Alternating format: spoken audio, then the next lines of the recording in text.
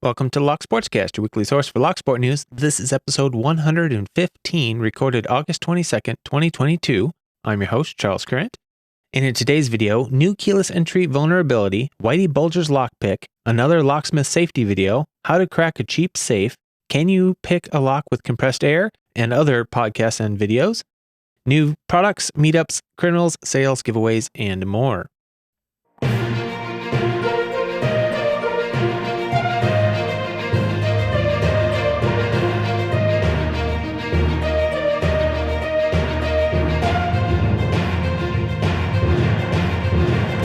You can subscribe to the audio version of the show on most podcast apps and at thelocksportscast.com. You can subscribe to the video version on YouTube, Odyssey, or Apple Podcasts. Links to stories discussed will be in the show notes.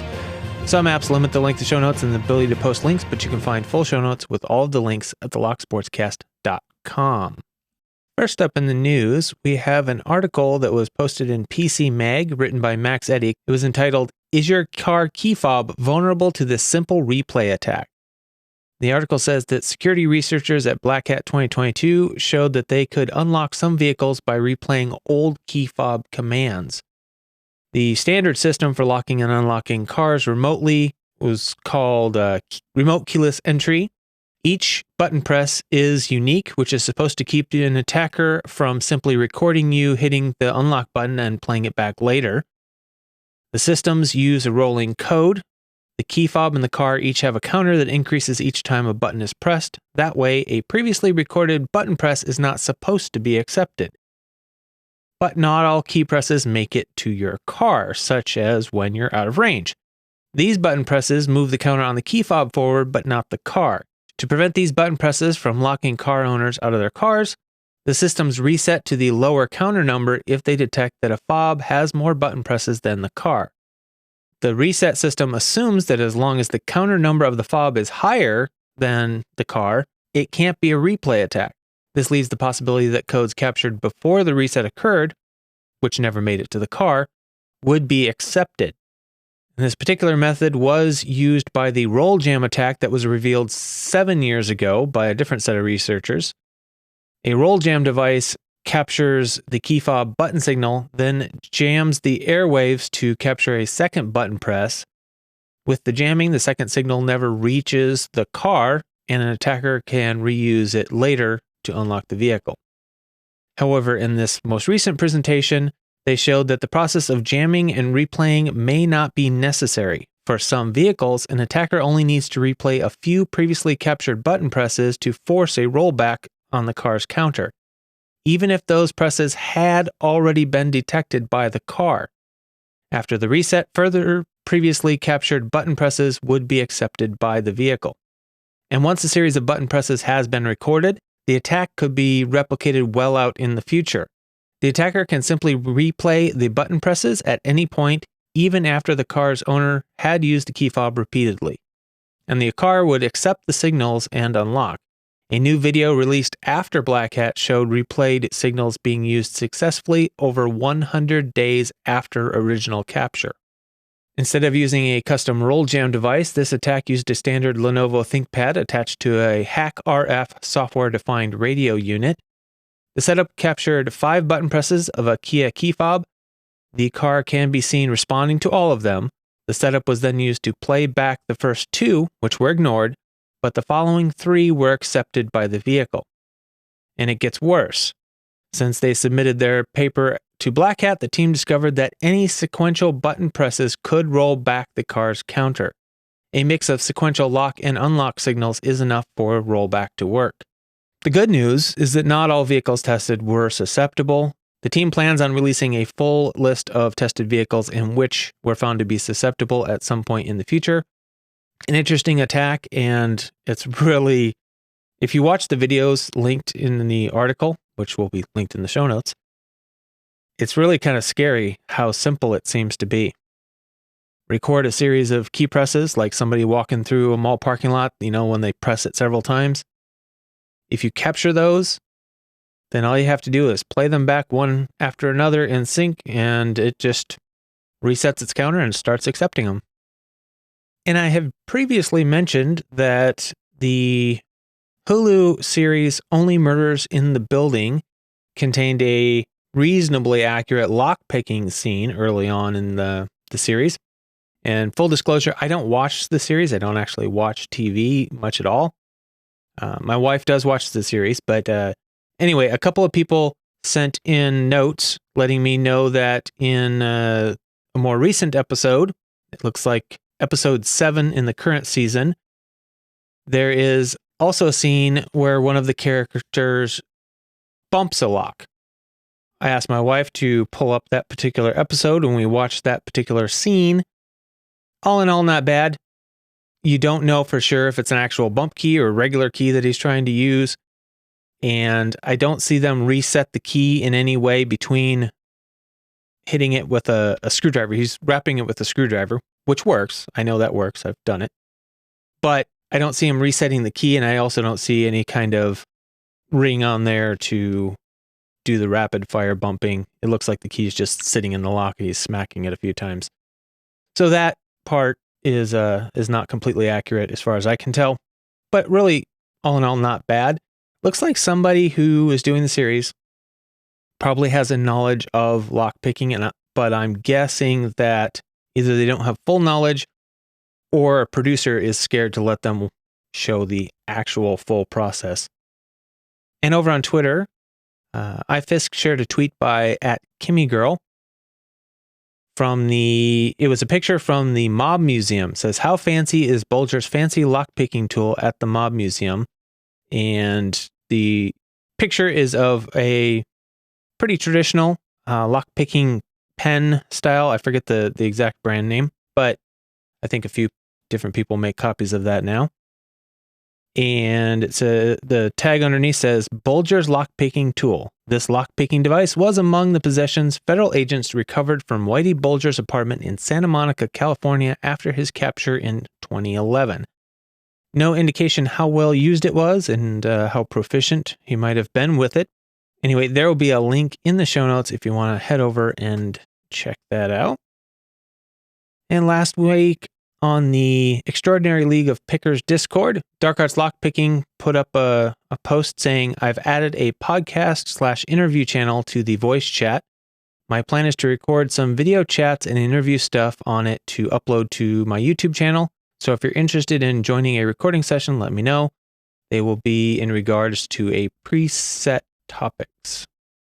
If you're interested in interviews, might be a good idea to stay tuned to Dark Arts Lockpicking's YouTube channel. I have a feeling with my scheduling conflicts here again at the end of this year, I'm probably not going to get much of any interviews done at all this year. I apologize for that. But while I was checking out that post on the Extraordinary League of Pickers Discord, I noticed a few posts later, one of which was by Sarsaparilla, which was a link to a video called DEFCON 30 AppSec Village Interview, and the comment was Lockpicking Pen Testing Rap. The second half of the video contains a song by Sulfur and Int80 called Align. Quick search for that song title led to the official DEFCON 30 soundtrack on Bandcamp. So if anybody is interested in that, I will have a link in the show notes. It is a free/pay-what-you-can donation-based release where 100% of the generated revenue will go straight to the Electronic Frontier Foundation, which is a 501c3 not-for-profit dedicated to protecting internet freedoms and privacy. If that's something you're interested in, link in the show notes, of course. And while we're on the subject of audio here, the Glasgow Crime Stories podcast recently released an episode on Johnny Rominsky, aka Gentleman Johnny or Gentle Johnny. I covered Johnny back in episode 17. Interesting person, a career burglar and safecracker who also used his skills to serve his country in World War II and was known as Gentle Johnny or Gentleman Johnny because he never resorted to any violence. So that is their episode number 31, The Safecracker Extraordinaire Who Used His Criminal Skills During World War II. And just follow the link in the show notes if you want to check that out. In videos here, CLK Supplies posted a new video called Avoid Dangerous Situations for Locksmiths. If you work with locks and keys, your work matters, and so does your safety. PJ brings on #LockBoss community member, locksmith and former police officer Russell Davies to discuss safety on the job, get some ideas, tips, and know what to look for on the job. So if you're in the locksmithing business or you're potentially thinking about getting into it, be sure to stay tuned to the CLK Supplies. Check out this video and their previous one, and stay tuned in case they do any more coverage on this. I think it's important what they're doing there. There's been a lot of bad news about locksmiths getting robbed and assaulted. And on one of my favorite electronics channels, the EEV blog on YouTube, he posted a video called 5 Ways to Crack a Cheap Safe. The description says 5 different easy methods to crack a cheap Sandalford safe found in the dumpster without using physical force, including a bonus 6 method that doesn't work on this one, but works on a lot of the cheap ones. Don't buy a cheap hardware store safe. They are garbage. Also advice on what to look for in a good quality home safe and TDR safes, plus some lock picking. Anyway, check it out. Link in the show notes. He goes through and points out a bunch of different vulnerabilities on this poor little safe. It's really quite embarrassing how easy it is for him to open it. Even when he accidentally locks himself out during part of the video, he just quickly gets himself back in so he can finish demonstrating. And Lockpicking Legend put up a video, how to pick locks with compressed air. And it's a video addressing the fact that there are lots of social media posts and quick videos showing people supposedly being able to pick a lock with nothing but compressed air. And in this video, he addresses those and his thoughts on that. So anyway, worth checking out, I think. And on the product front, we have Locksmith Samurai gear. This was brought to my attention by Terrell on Twitter, and it's Locksmith Samurai, I'm going to butcher this, ukiyo-e gear. They have a hoodie, sweatshirt, and long-sleeved t-shirt, long and short-sleeved t-shirts with a traditional kind of samurai artwork, but instead of a sword, he's holding a key. Anyway, interesting, and might be something some of you are interested in, so if it sounds interesting, check it out and see if it's up your alley. Moving on to meetups. Nothing new, I don't think, this week. We have LockCon is taking place, looks like this weekend, from Thursday to Sunday, the 25th through the 28th of August. B-Sides Newcastle is taking place September 1st through September 3rd. The ISSA LA's 12th Annual Security Summit takes place September 20th through the 22nd. B-Sides Augusta will be taking place October 1st. And SaintCon October 25th through the 28th. Links to all of those, of course, in the show notes.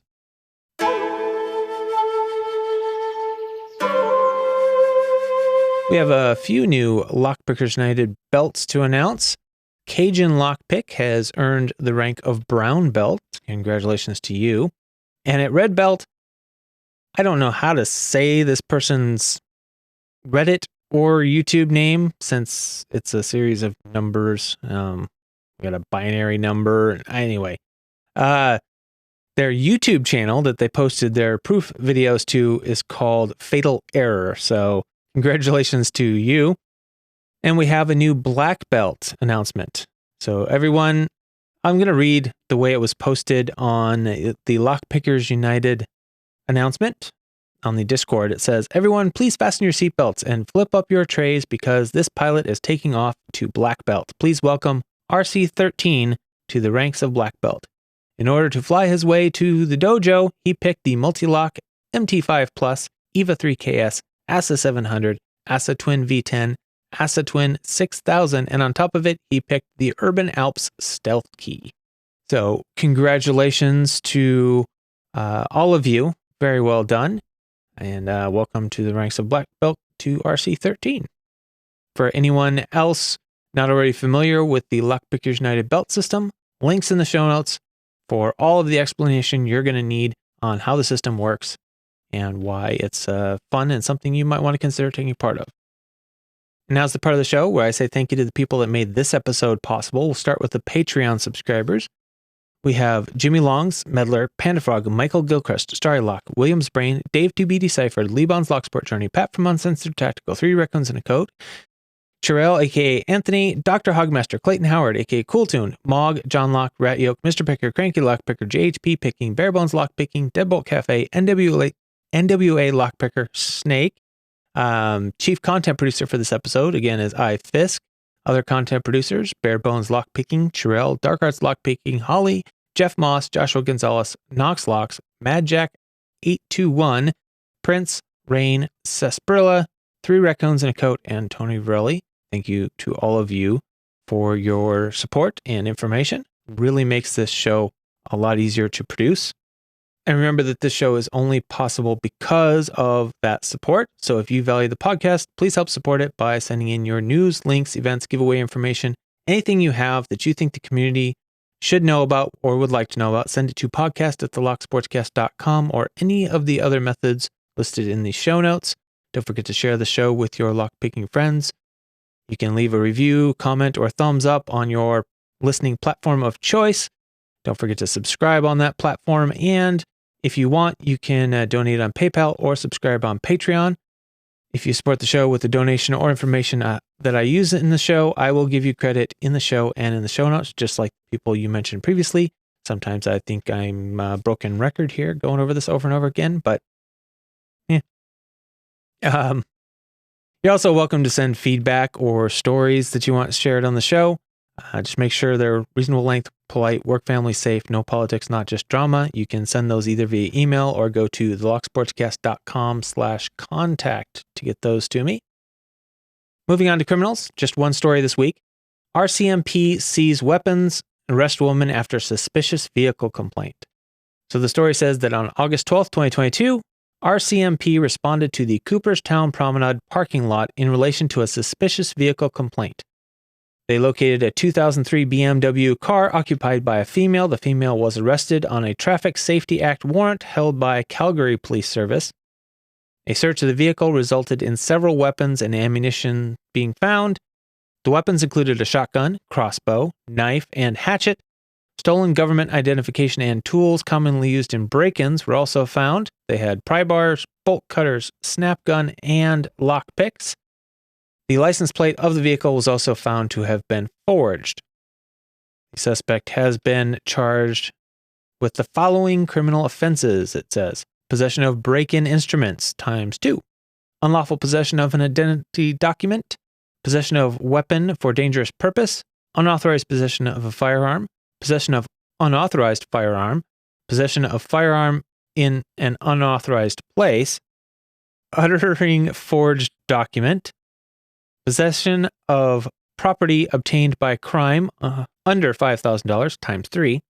And the suspect was remanded into custody and will appear in the provincial court on August 25th. Moving on to sales, we have some new items on the South Ord sales collection page. So a link to that specific page will be in the show notes. One of the new things on sale is their new version of their tubular lockpick, the one with the removable pin.